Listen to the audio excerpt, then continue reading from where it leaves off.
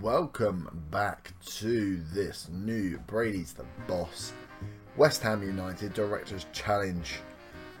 Oh, we are at the beginning of the Premier League, and have we got some action to bring you?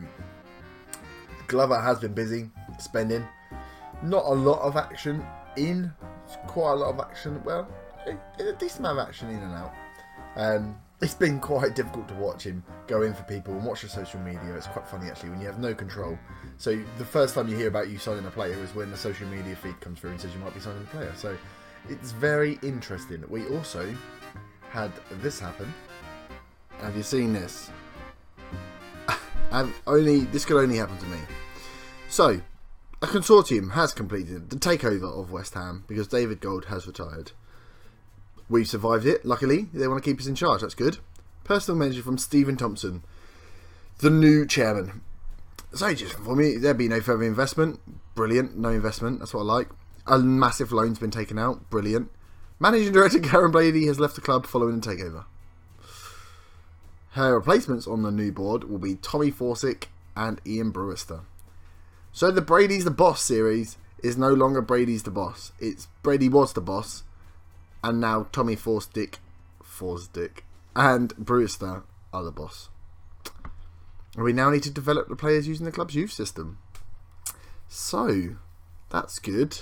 The transfer embargo's been lifted though. That's nice. So, Brady is now not the boss. Which makes it very, very interesting. I mean, the Director's Challenge continues. We've moved them over. If we jump into the game, I will show you. Where are all of our staff? Yeah, we now have Stephen Thompson. He's the boss. And then we got Tommy Forsyth and Ian Brewster as directors. So yeah, Stephen Thompson's the boss. We've moved all of Brady's responsibilities over to Thompson. So we can continue. But it's a little bit annoying. And obviously, we managed to survive the takeover, which was always good. So let's get into the transfers then. Transfer history. Big signings in. Yuri Telemans, the Wonder Kid. 20-year-old Wonder Kid. Central midfielder. Advanced playmaker in his role. Will slot in to that central midfield perfectly. Looking at the team, it's like Glover was watching the video on the team analysis. We needed someone who could be a little bit more attacking minded in the central of midfield. And this is what he dealt us. 20-year-old that plays in across the three positions of the middle. Brilliant as an advanced playmaker. Look at those stats. Lovely jubbly. 16 passing, 16 first touch. This is what we want. Decision and composure is not too bad. Flair 16. Vision 15. So he will be spraying the ball around and will be first choice in the centre of midfield. Very good purchase, Mr. Glover. Thank you very much. And second to that, we have Anwar El Ghazi, the 22-year-old winger. Dutch winger.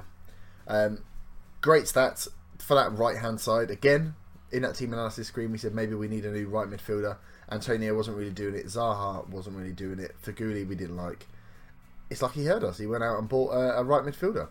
So someone that comes in with a bit of pace, works on that support function. Decent. He's a decent player. I like that purchase as well. These were bought first, these purchases, and then we started to make the sales. So Antonio was the shock one that went 8.5 million. My little friend Antonio's gone to Seville.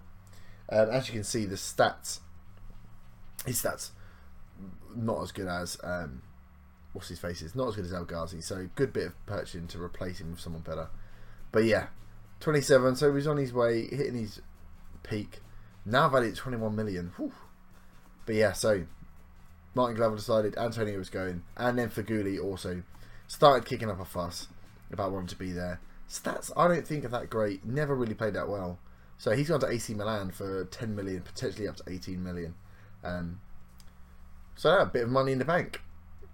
We've then loaned out some of our hottest prospects, which is nice. So we've spent 39 million, brought in 19 million, and yeah, that's the transfers. That is the transfer history. The transfer market is still open, so we will expect a few more purchases. He's been working hard. He's been putting some offers out there. I'm wondering if I can show you the transfers in. Have we got some on there?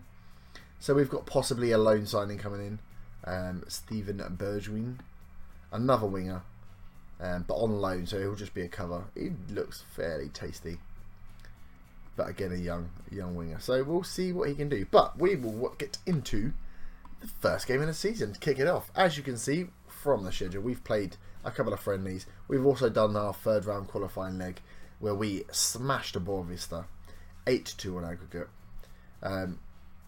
So yeah, feeling good from the pre-season. We got Aberdeen in the Euro Cup playoff leg. Aberdeen being the team that we struggled with last year in the Euro Cup as well. So hopefully we'll come out and destroy them. So yeah, game of West Brom. Let me show you the tactics. So, to account for all the people we've got coming in and the formation and how we've got it, how we've been wanting to play to ensure we can get everybody in where they work well, we've gone for this. We've gone for the 4-2-3-1.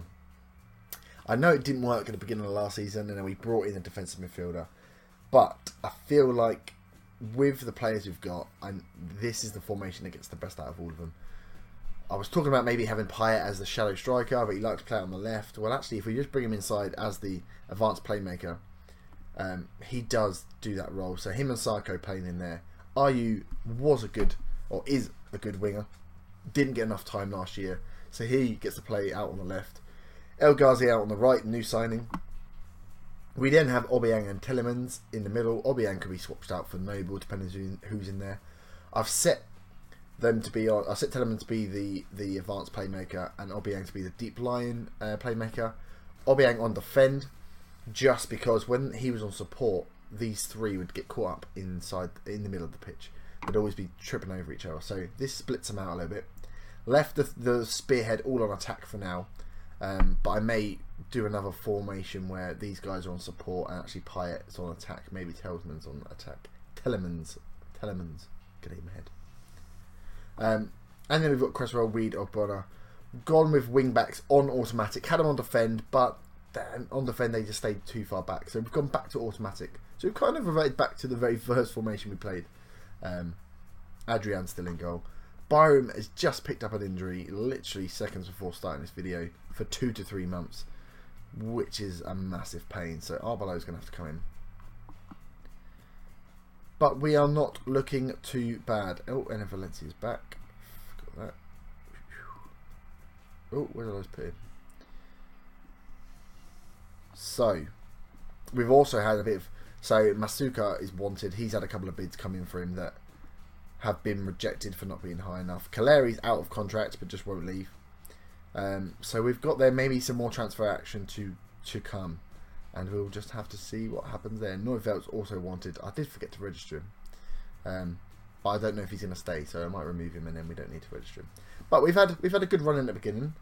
This is the real test. We've gone to a very vanilla formation, and what I will do is then look to build as we get more into the Premier League and work out how we're going. So we've gone fairly wide. The only thing we've changed. The rest of it is pretty standard, and it's just we've worked with the support or defend, what are they called, styles, duties. So let's get into it. Quit all this jibber jabber and start the Premier League season. Okay, West Brom is lining up with that defensive formation. Let's see if we can go out there at home. At home, first game of the season, get a little bit of a win. 3 points under the belt. Okay, first real highlight, 17 minutes in. Looks like it's going to be a West Ham highlight. Oh, Darren Fletcher bringing down Telemans. And getting sent off. 2-footed tackle in the first 17 minutes. Which would be good for us because West Brom were looking the sharper of the two teams from the off. El Ghazi with a cross, comes to nothing. Right, we've got 80 minutes, 70 minutes to make the most of 10-man West Brom here. As they play the ball around, Rondon's here, out to Carroll, Jakob. So we're just letting them play the ball around. Oh, Carroll's got through there. but a tame shot wide of the target. Okay, are we going to get an attacking highlight? Here we go. Pie out to Ayew down the wing, beats his man. Can he get the ball in? He does, and Sarko puts it away. We don't need many opportunities. We just need one. First goal. First goal of the Premier League campaign. Andre Ayew down the left. Slots it across, and Sarko's there front post, as he's done so many times before. 1-0. Okay, apparently we're not doing a good job with possession as we take the corner. Obiang. Oh! Obiang hits the post from 35 yards. That wasn't bad, was it? Winston Reid not having a good game.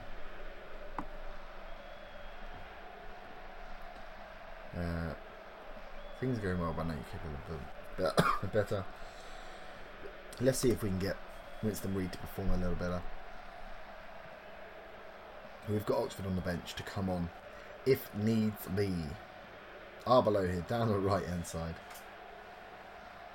El Ghazi not having a good game either. That's not so good. We'll give him a little bit longer before we start. Oh, right. Reed's just getting worse. Let's bring on Oxford.